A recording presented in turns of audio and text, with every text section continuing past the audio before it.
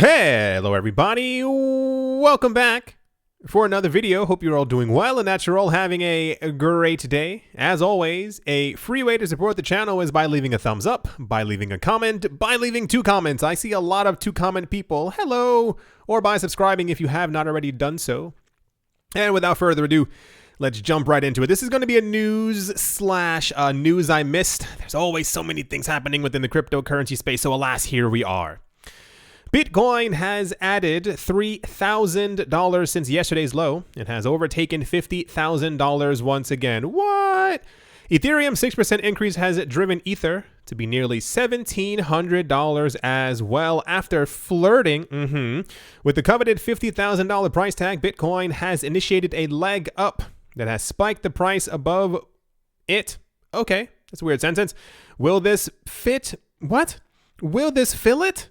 Will this, what are those, FLIT? Will this, the point is, Bitcoin is currently above 50,000 US dollars. There's a lot of chatter in the cryptocurrency space as to where we're going to go next.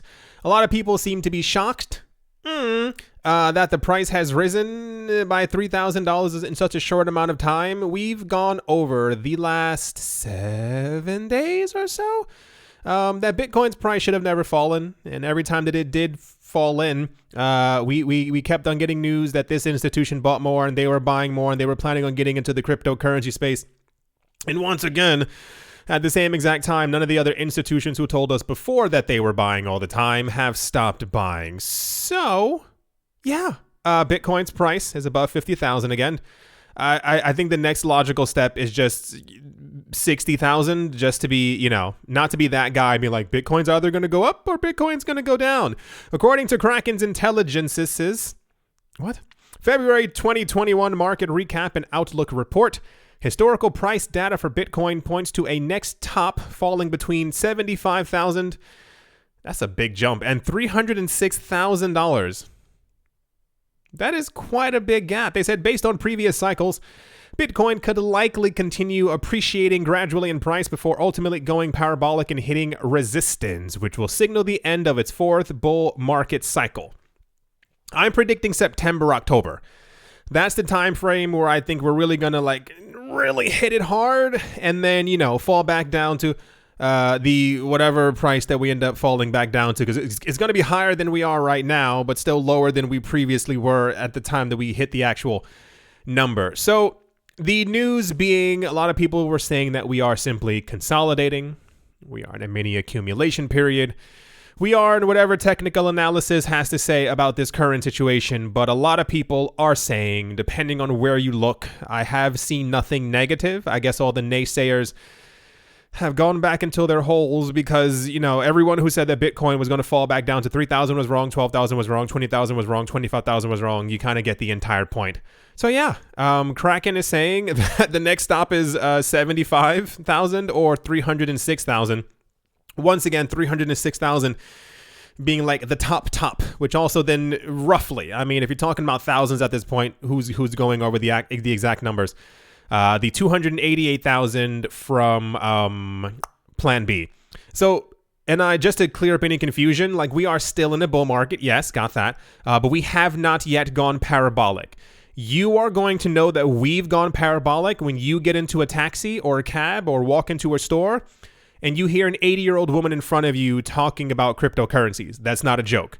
When everyone is talking about it, that means everyone is buying in, and that's usually the point where you're like, should I sell? Because the market usually reaches a top and then we fall back down and then we end up... Anyway, here's the Kraken research thingamajaggers. It says, stay in, with a comma, ahead of the curve, February 2021 market recap and outlook. Absolutely wonderful. Anyway, let's move on because the news gets a lot more stupiditer. See, that's not a word, and that's why it's stupid. Next up, the Turkish Ministry of Treasury and Finance tweeted that it was beginning to work with a number of regulatory bodies in the country to regulate cryptocurrency. How crazy. Turkey is preparing to end its wait-and-see policy towards cryptocurrency regulation. It is being reported that the country's finance ministry is working with regulators to devise a more substantial policy response for digital currency. The Turkish Ministry of Treasury and Finance tweeted that it was beginning to work with a number of regulator bodies to assess the risks posed by cryptocurrencies and devise a government solution. Here's the tweet. I do not read Turkish, but alas, here it is. So we get the R word again. The risks posed by cryptocurrencies. I've been saying this for years. When you hear these words, it's not that crypto's not risky, but you understand what I'm saying. It has a different tone to it. It is more of a, if you are in the public, don't get into it. If you are in so-and-so, stay away from it. There's definitely a risk. The risk that it actually poses to Turkey has to do with the fact that their government has been in a little bit of a steep economic decline for a while now. This isn't fake news. This isn't tinfoil hat. It's simply by the numbers. Here's a chart right here. You can find it yourself. You can type in Turkish lira inflation rate. You'll find 1,000 articles about it. Here's the month-on-month inflation rate. You got 10%, 11%, 12%, month by month. 11, 11, 11, 11, 14%, 14.6%, 14.97, 15.6%.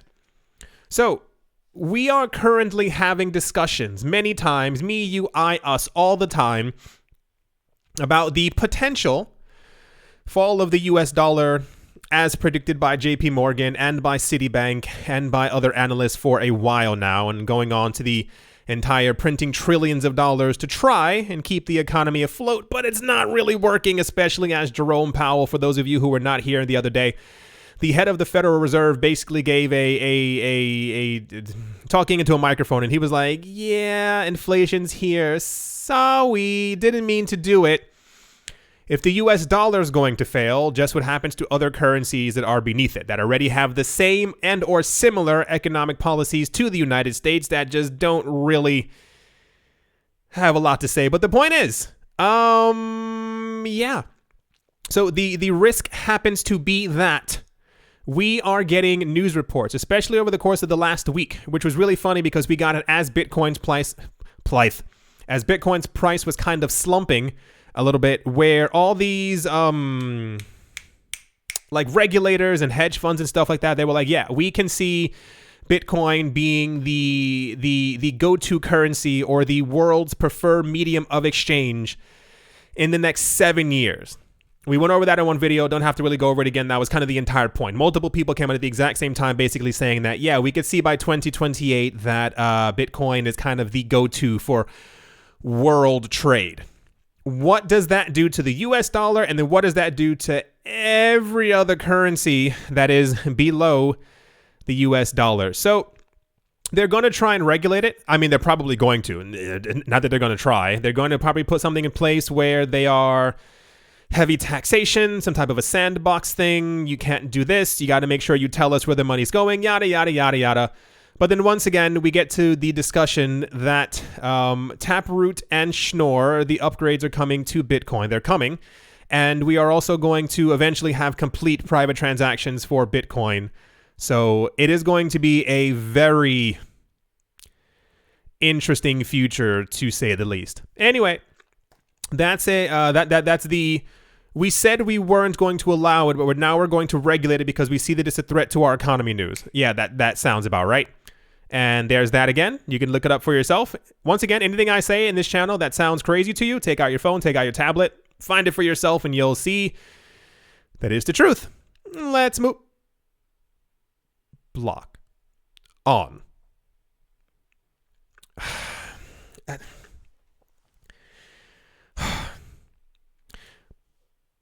Jack Dorsey is auctioning off his first tweet as a non-fungible token. I'm sure you've heard of NFTs. They are everywhere. Everyone's talking about them. It's digital forms of something that happens somewhere else that people are immortalizing on a blockchain. When Jack Dorsey announced he was going to do this, it was more of a, haha, sure, I'll do it. My very first tweet, why the fudge not? And then it was bid up to 50,000. then 100,000. And then the news that we got was that Justin Sun had bid $500,000 on it. And then about a good 3 hours later, messaging my friends, we're having a little laugh. Ha ha ha, I can't believe he would spend $500,000 on an NFT of a tweet. Lo and behold, he bid that bad boy up to $2 million. Silicon Valley billionaire Bitcoin advocate Jack Dorsey has finally joined the NFT craze. It was long coming. Jack Dorsey made a grand entrance to the scene. He digitized his very first tweet and made it available on a platform called Valuables. At the time of writing, Justin Sun has bid $2 million for the piece. Now, this is how I feel personally. I don't really care if anyone else agrees with me or not. It's more of a, you can do better. Stop spending your money on crap kind of thing. This is not the first time, and this will not be the last time that we hear about something like this happening. For those of you who were not here many, many moons ago, this was in 2018, and I sat there perplexed for weeks. It says BitTorrent is selling for $140 million to Justin Sun and Tron. He paid $140 million for a platform that people already weren't really using, as there are tons of copies of them. He decided to pay, once again, $140 million to buy this platform, made BitTorrent token, which also no one used. And when this happened, nearly all of the team, you can Google it, all of the team from BitTorrent actually got up and left. They were like, nope, we don't want to work with him. And the entire thing kind of fell apart. Another time, you all know Warren Buffett. He is always in the news. Warren Buffett does not like the cryptocurrency space. He thinks it's garbage, trash. He calls it rat poison squared, which is a phrase I had never heard. I didn't even think people said stuff like that. And the point is that he was having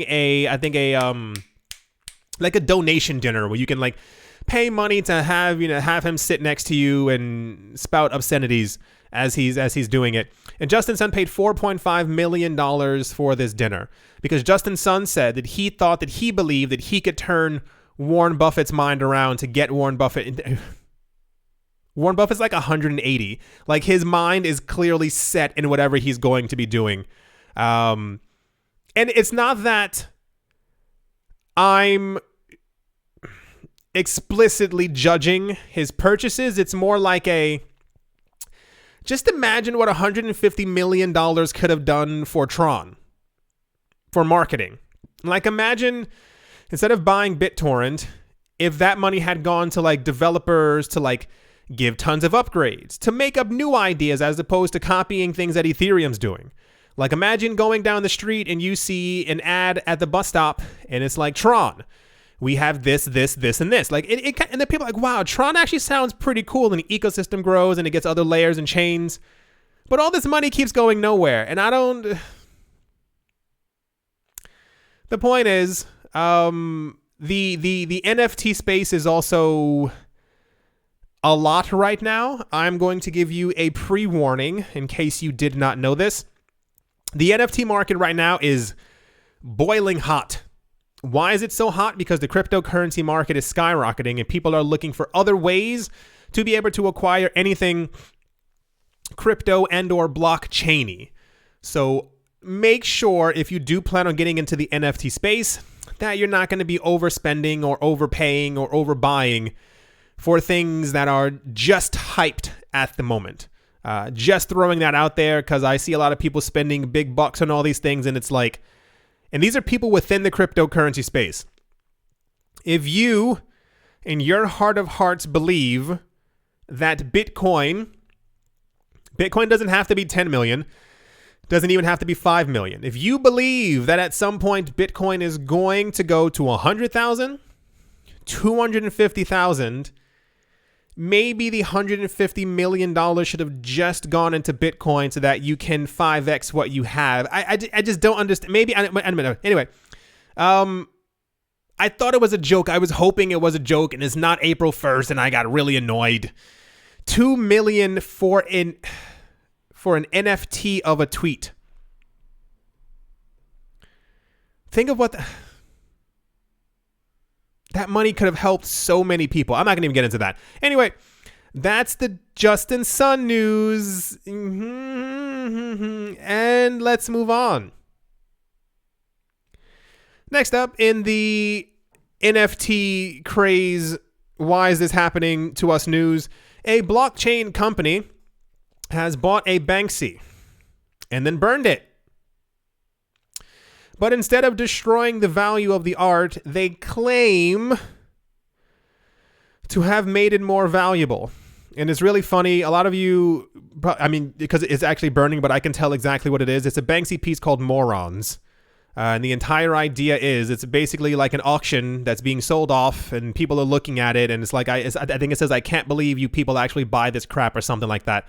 In typical Banksy fashion of anti-establishment, even though Banksy's a multimillionaire, but that's another discussion entirely. So they said that because that they've digitized it as an NFT and then burned it, that it's now more valuable.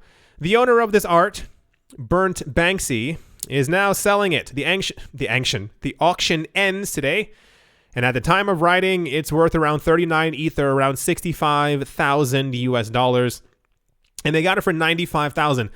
Which I think is a bargain. I assume it has to be unsigned, because signed it should sell for like around 130. Anyway, the point is, why do this? I feel like people do it for shock. To be like, oh wow, that's crazy that they did that. This is not the first time that something like this has happened, and I don't mean Banksy doing the shredder thing, which was also a publicity stunt, but we're not going to get into that as well. This happens all the time. There's an artist called Damien Hirst. He's actually one of my favorite artists because of his simplicity and the fact that he's become famous from almost cursed from doing very simple pieces. They basically bought a print from Damien Hirst. I think it was it $30,000 or something like that? There we go. $30,000. They cut it up into little squares and sold each individual square for $480.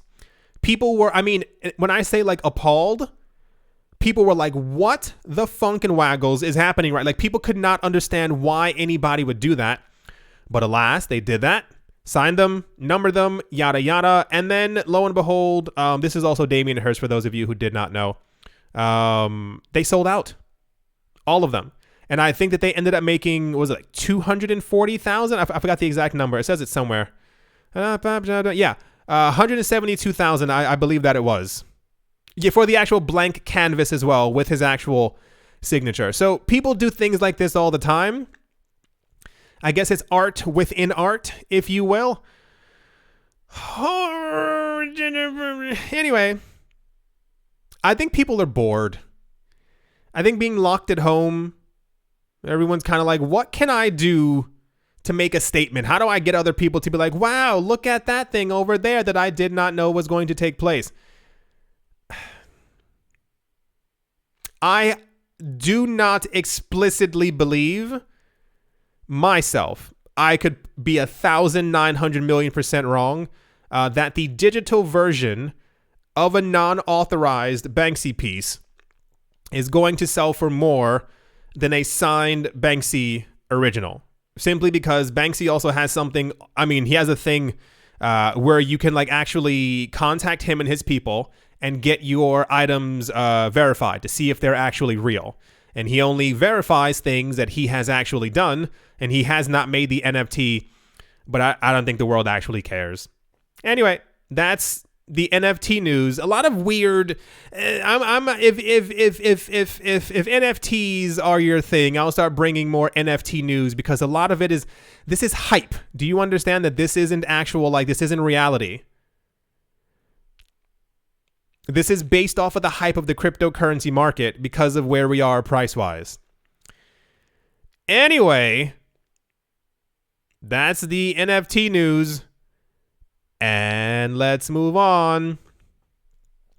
In news that shocked me because I knew that it was going to happen, Yet another crypto ban turns out to have been temporary FUD. For those of you who don't know what FUD is, it's a word that people made up a couple of years ago because they wanted to make it stick.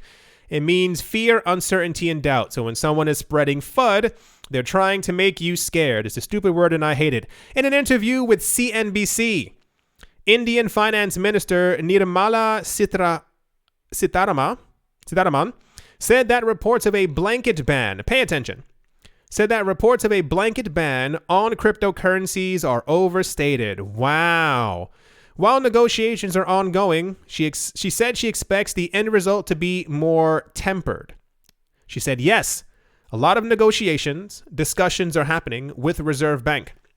Obviously, the Reserve Bank will be taking a quorum on what kind of unofficial currency, cryptocurrency, will have to be planned and how it has to be regulated. But also, we want to make sure that there's a window available for all kinds of experiments while we have to take place in the crypto world.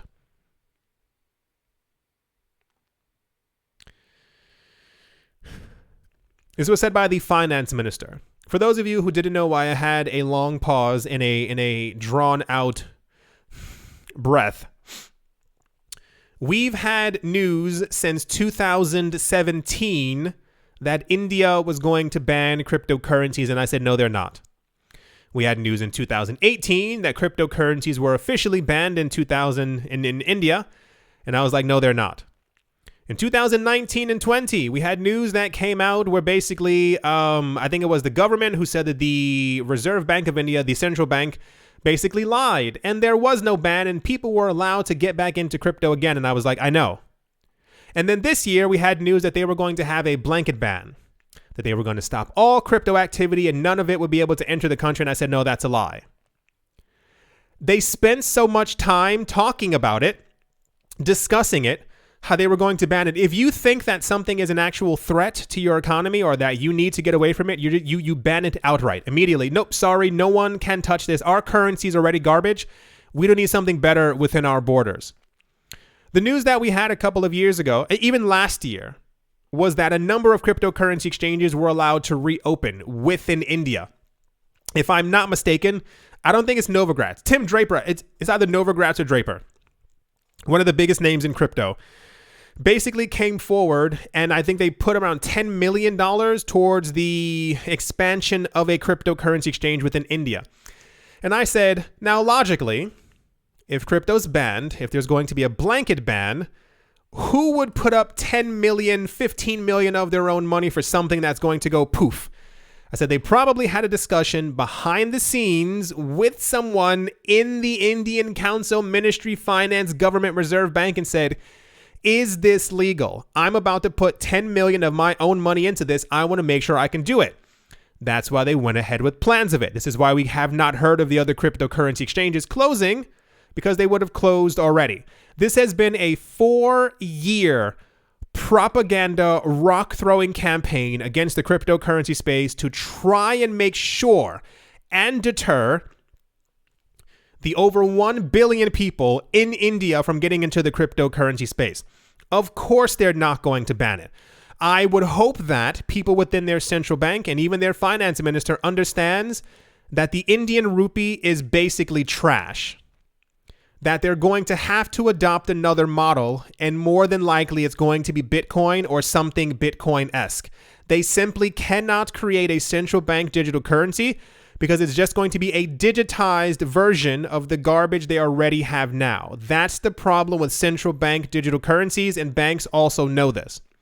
So as it stands right now, the finance minister has said that they're working on negotiations.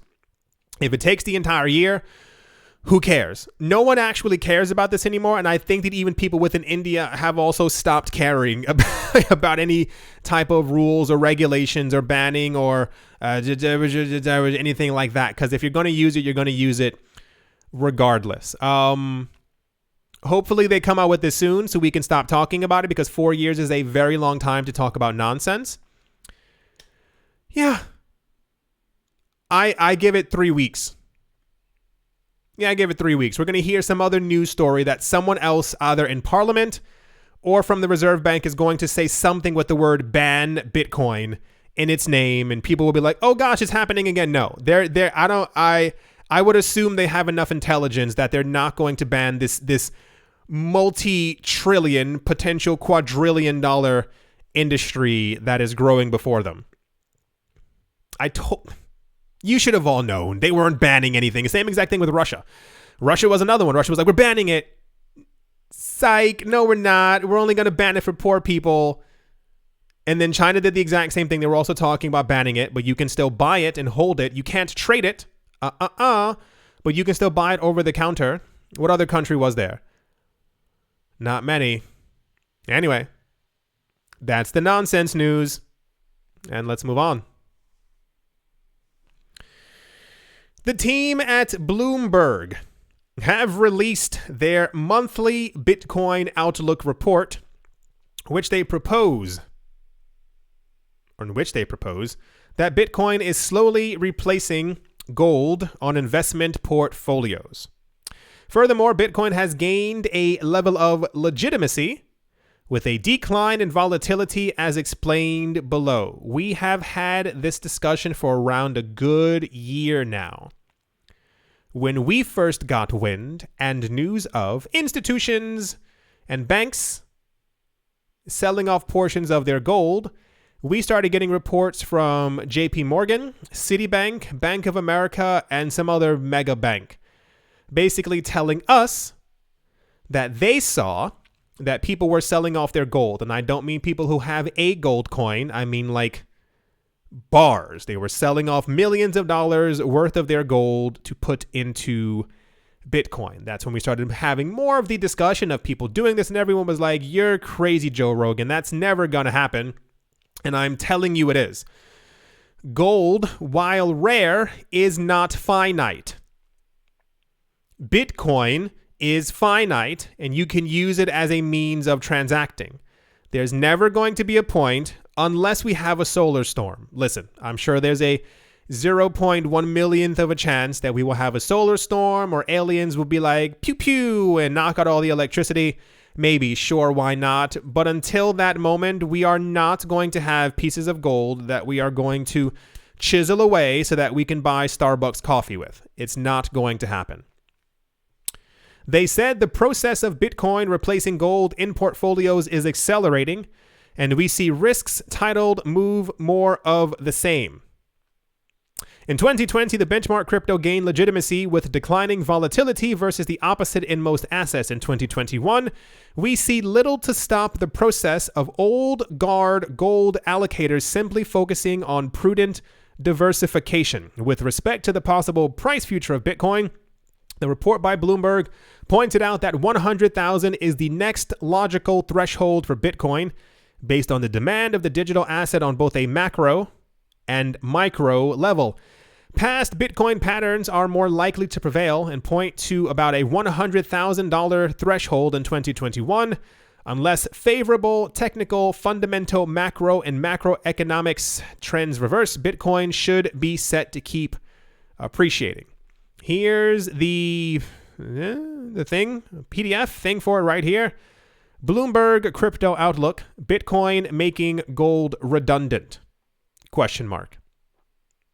You can even take away the question mark. So, once again, the financial giants are in the space. They are buying up tons of Bitcoin, whether you wish to believe this or not.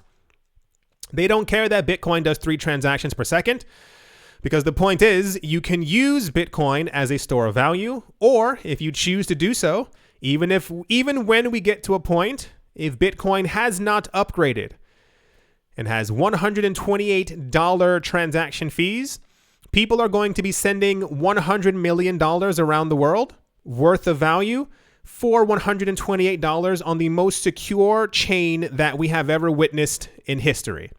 So I keep seeing people saying this like, hey, you can't do that because Bitcoin's really slow. They don't care. It's the security of being able to do so. It is now impossible through any banking system to send 100 million anything for less than a 1% fee, and people are not going to have that when they're sending that much money around the world. This is why we have so many news reports. Anyway, the point is, I make these videos so that you all understand where where the tide is turning, the tide has turned.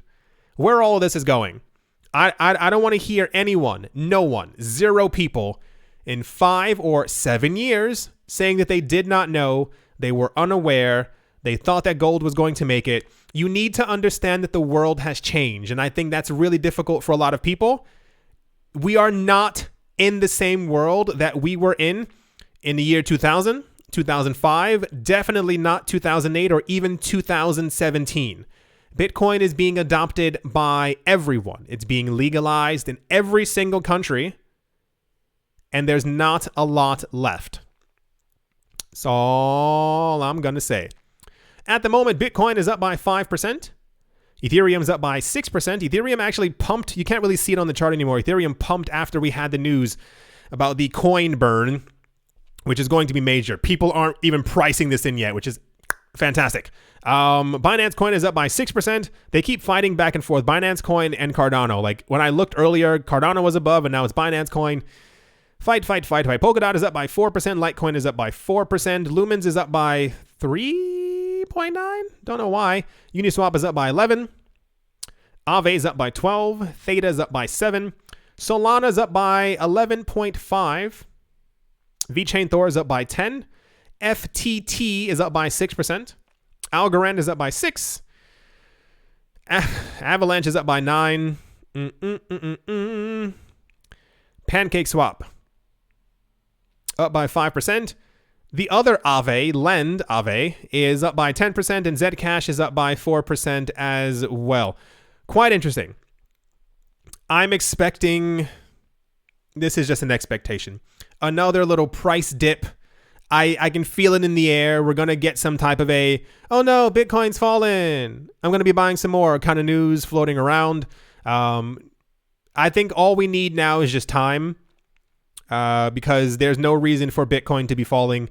If we had gotten days or weeks worth of news that something negative had happened to Bitcoin or people were selling off their Bitcoin or blah, blah, blah, blah, blah, Bitcoin. Nope. It's just constant buying nonstop.